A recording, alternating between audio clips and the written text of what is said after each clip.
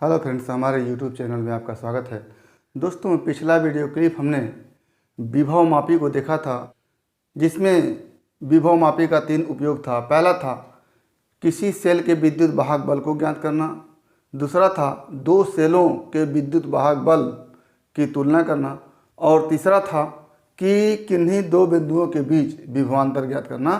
तो विभव मापी के पहले उपयोग को हमने देख लिया था, जिससे हम किसी सेल के विद्युत वाहक बल को ज्ञात किए थे।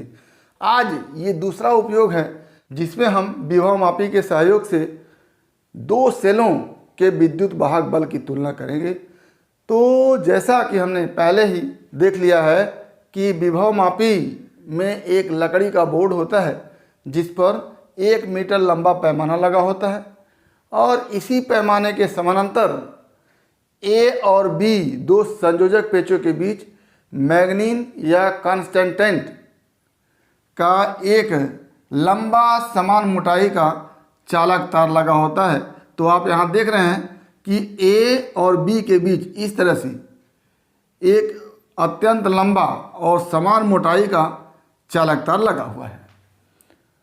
और विद्युत सेल के विद्युत वाहक बल को ज्ञात करने के लिए हमने जो विद्युत परिपथ बनाया था, वही विद्युत परिपथ यहाँ भी बनना है।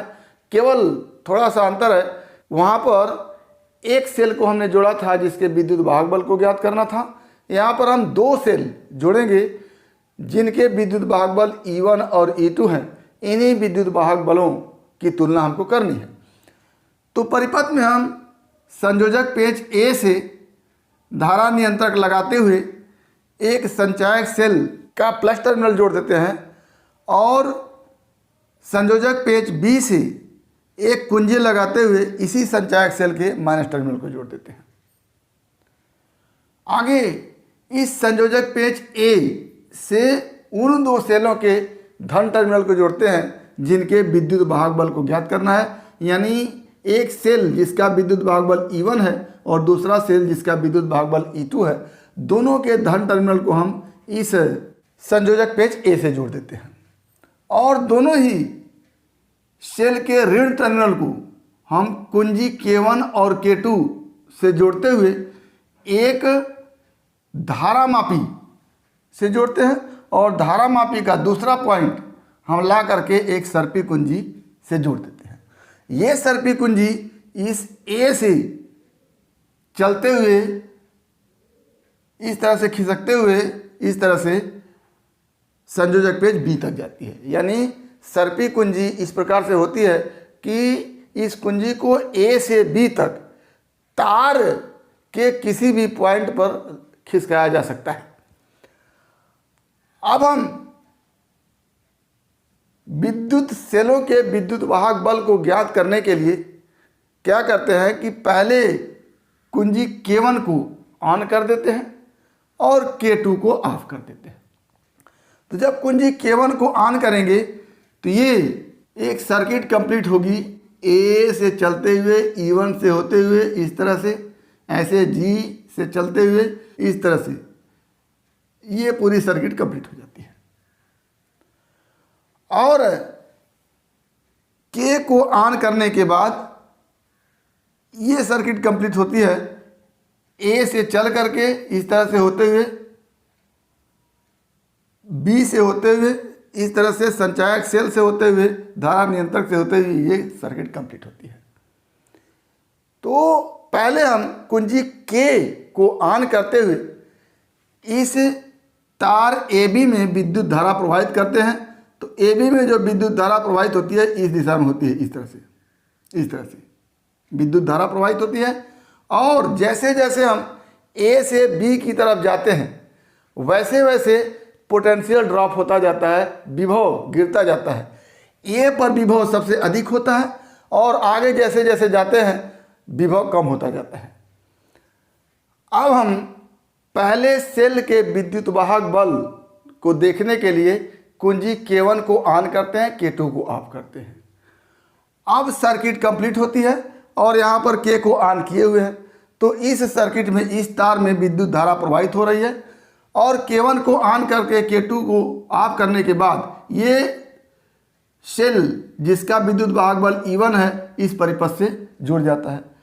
अब इस जॉकी, इस सर्पी कुंजी J को A से इस तरह से खिसकाते हुए ले जाते हैं, जिस पॉइंट पर इस धारामापी में विक्षेप शून्य हो जाता है, मान लेते हैं वो पॉइंट J1 है। और इस पॉइंट J1 की A से जो दूरी है, या कह लें कि A और J1 के बीच तार की जो लंबाई है वो मान लेते हैं L1 है। तो क्या लिखें कि जिसका विद्युत वाहक बल E1 है को कुंजी K1 को चालू करके परिपथ से जोड़ने पर यदि तार के बिंदु J1 पर धारामापी में विक्षेप शून्य हो जाए तो A एवं J1 के बीच विभवांतर शेल के विद्युत वाहक बल E1 के बराबर होगा। कैसे बराबर होगा, इसको हमने पिछले वीडियो क्लिप में दिया था। तो क्या लिखेंगे कि यदि तार की विभव प्रवणता K हो तो A एवं J1 के बीच L1 लंबाई के तार के बीच विभवांतर V1 equal to K into L1, और यहीं V1 क्या हो जाएगा, E1 के बराबर हो जाएगा। क्यों? क्योंकि A एवं J1 के बीच जो विभवांतर है वो प्रथम सेल के विद्युत वाहक बल के बराबर हो जाएगा, क्योंकि प्रथम सेल ही अभी परिपथ में जुड़ा हुआ है K1 को ऑन करके, K2 इस समय ऑफ है। तो क्या हो जाएगा, since E1 equal to V1 therefore E1 equal to K into L1, equation 1 हो गया।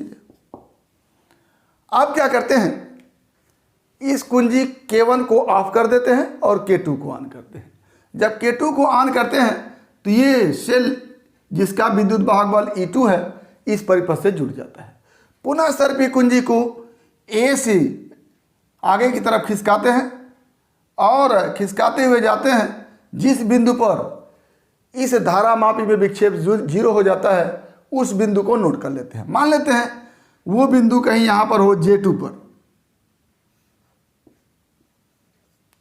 पर हो, और A से लेकर के J2 के बीच के तार की लंबाई L2 हो। तो ऐसी स्थिति में क्या होगा, क्या लिखेंगे, अब K2 को चालू करके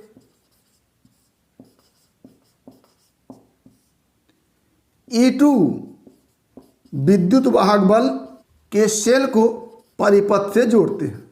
मान लिया सर्पी कुंजी के स्थिति J2 पर धारामापी में विक्षेप शून्य होता है, तो A एवं J2 के बीच तार की लंबाई L2 के लिए विभवांतर शेल के विद्युत वाहक बल E2 के बराबर होगा। अतः E2 इक्वल टू A और J2 के बीच के विभवांतर को हम V2 लिख रहे हैं, तो E2 इक्वल टू V2 हो जाएगा। Since V2 equal to K into L2, क्यों? क्योंकि विभव प्रवणता K है और A एवं J2 के बीच के तार की लंबाई L2 है। तो हम जानते हैं कि विभव प्रवणता K equal to potential difference V upon L होता है। तो L की जगह L2 हो जाएगा और V की जगह V2 हो जाएगा, तो K into L2 equal to हो जाएगा V2। तो यहाँ से हमारे पास हो गया V2 equal to K into L2, और चूंकि V2 का मान E2 के बराबर है तो क्या हो जाएगा, E2 equal to K into L2। ये इक्वेशन 2 हो गया। अब हम थोड़ा इक्वेशन 1 में इक्वेशन 2 से डिवाइड कर देते हैं। क्या हो जाएगा, फ्रॉम इक्वेशन 1 अपान इक्वेशन 2, यानी इक्वेशन 1 बटा इक्वेशन 2 करने से क्या हो जाता है, लेफ्ट हैंड साइड में क्या होगा, E1 बटा E2 equal to right hand side में K L1 बटा K L2। K से कैंसिल होगा, क्या बचेगा, E1 बटा E2 इक्वल टू L1 बटा L2। और L1 क्या है, E1 को परिपथ से जोड़ने के बाद धारामापी में शून्य विक्षेप की स्थिति में सर्पी कुंजी की स्थिति है। और सर्पी कुंजी की स्थिति यदि J1 पर हो और यहाँ पर धारामापी में शून्य विक्षेप आ जाए तो A से लेके J1 तक जो तार की लंबाई है वही लंबाई क्या है, L1 है। और L2 क्या है, अब सेल E2 को परिपथ में जोड़ देते हैं और सर्पी कुंजी की स्थिति J2 पर यदि धारामापी में विक्षेप शून्य आ जाए तो A से लेकर के J2 तक जो तार की लंबाई है वही लंबाई क्या है, L2 है। तो दोनों सेल को क्रमशः K1 और K2 कुंजी को चालू करके जोड़ते हैं और जोड़ करके इस धारामापी में शून्य विक्षेप की स्थिति को देखते हैं और उस शून्य विक्षेप की स्थिति को बिंदु A से देखते हुए देखते हैं कि कितनी तार की लंबाई पर शून्य विक्षेप की स्थिति आती है। और उन दोनों ही स्थितियों का अनुपात अगर हम निकाल लेते हैं तो वही अनुपात जो होता है दोनों सेल के विद्युत वाहक बल का अनुपात होता है। यानी हम विद्युत वाहक बल की तुलना कर लेते हैं कि E1 और E2 का अनुपात कैसे L1 और L2 के बराबर हो जाता है और वो कितना हो जाता है। तो ये हमारा हो गया कि विभव मापी के सहयोग से कैसे हम दो सेलों के विद्युत वाहक बल को ज्ञात कर सकते हैं। तो एक बार फिर से परिपथ को अगर हम देखें तो ये लकड़ी का कार्डबोर्ड है जिस पर 1 मीटर पैमाना लगा हुआ है। इस मीटर पैमाने के समानांतर ये एक अत्यंत लंबा मैग्नीन एवं कांस्टेंटेंट का तार होता है जो संयोजक पेच A और B के बीच जुड़ा हुआ होता है। संयोजक पेच A से एक धारा नियंत्रक को लगाते हुए संचायक बैटरी के धन टर्मिनल से जोड़ देते हैं और संयोजक पेच B से एक कुंजी को लगाते हुए संचायक बैटरी के माइनस टर्मिनल से जोड़ देते हैं। और इसी संयोजक पेच A से उन दो सेलों के प्लस टर्मिनल को जोड़ते हैं जिनके विद्युत वाहक बल की हमको तुलना करनी है और दोनों सेलों के माइनस टर्मिनल को क्रमशः कुंजी K1 और K2 से जोड़ते हुए एक धारामापी से जोड़ देते हैं और धारामापी का दूसरा सिरा सर्पी कुंजी से जोड़ देते हैं। ये सर्पी कुंजी A एवं B के बीच तार के किसी भी पॉइंट तक खिसकाया जा सकता है। अब कुंजी K1 को ऑन करते हैं, K2 को ऑफ करते हैं तो सेल E1 इस परिपथ से जुड़ जाता है। परिपथ क्या बनता है इस सेल के लिए, A E1 K1 से होते हुए G से होते हुए इस सर्पी कुंजी तक जाता है। सर्पी कुंजी को मान लीजिए J पर रखते हैं तो J से लेकर के पुनः A तक ये सर्किट कंप्लीट हो जाती है। यानी परिपथ क्या बनता है, A E1 K1 G से होते हुए J से होते हुए ये सर्किट कंप्लीट होती है। अब जब हम K1 को ऑफ करते हैं, K2 को ऑन करते हैं तो सर्किट दूसरी कंप्लीट होती है। A E2 K2 से होते हुए G से होते हुए पुनः J से होते हुए ये सर्किट पूरे कंप्लीट हो जाती है। अब पहले हम K को ऑन करके इस संचायक सेल से विद्युत धारा का प्रवाह करते हैं जो इस परिपथ में B K B1 RH से होते हुए A से होते हुए पुनः B पर चला आता है। जब इस परिपथ में संचायक सेल से धारा प्रवाहित होती है और कुंजी K1 को ऑन करते हैं, K2 को ऑफ करते हैं तो A से जैसे जैसे हम आगे बढ़ते हैं वैसे वैसे विभव गिरता जाता है। मान लेते हैं पहले सेल के लगाने से बिंदु J1 पर धारामापी विक्षेप शून्य हो जाता है तो A से लेकर के J1 तक तार की लंबाई को ज्ञात कर लेते हैं। अगर वो लंबाई L1 है तो विभव पड़ता K और L1 से मल्टीप्लाई करके हम V1 निकाल लेते हैं। वो V1 क्या होता है, A और G1 के बीच पोटेंशियल ड्रॉप होता है। विभव जितना गिरता है यानी A और J1 के बीच का विभवांतर हो जाता है और यही विभवांतर प्रथम सेल के विद्युत वाहक बल के बराबर होता है। तो V1 = E1 कहते हैं और E1 = क्या हो जाता है, K × L1 हो जाता है। यही प्रक्रिया हम K2 को ऑन करके K1 को ऑफ कर देते हैं तो दूसरा सेल जुड़ जाता है और पूरे सर्पी कुंजी को खिसकाते हुए मान लेते हैं J2 तक ले जाने पर धारामापी विक्षेप 0 हो जाता है। तो A से लेकर के J2 तक जितना पोटेंशियल ड्रॉप होता है, जितना विभवांतर होता है, वह विभवांतर दूसरे सेल के विद्युत वाहक बल के बराबर हो जाता है और वह विभवांतर जो होगा वो V2 = K × L2 होगा। क्यों? क्योंकि A और J2 के बीच L2 लंबाई का तार है। अब इस L2 लंबाई के तार के बीच जो विभव गिरेगा वो V2 होगा। V2 = K × L2 कर देंगे और यही विभवांतर A और J2 के बीच का विभवांतर V2 जो होगा वो दूसरे सेल के विद्युत वाहक बल के बराबर होगा, यानी E2 इक्वल टू V2 कर लेंगे और E2 equal to K into L2 कर लेंगे। E1 हमको मिल गया है K इंटू L1 और E2 मिल गया है K इंटू L2।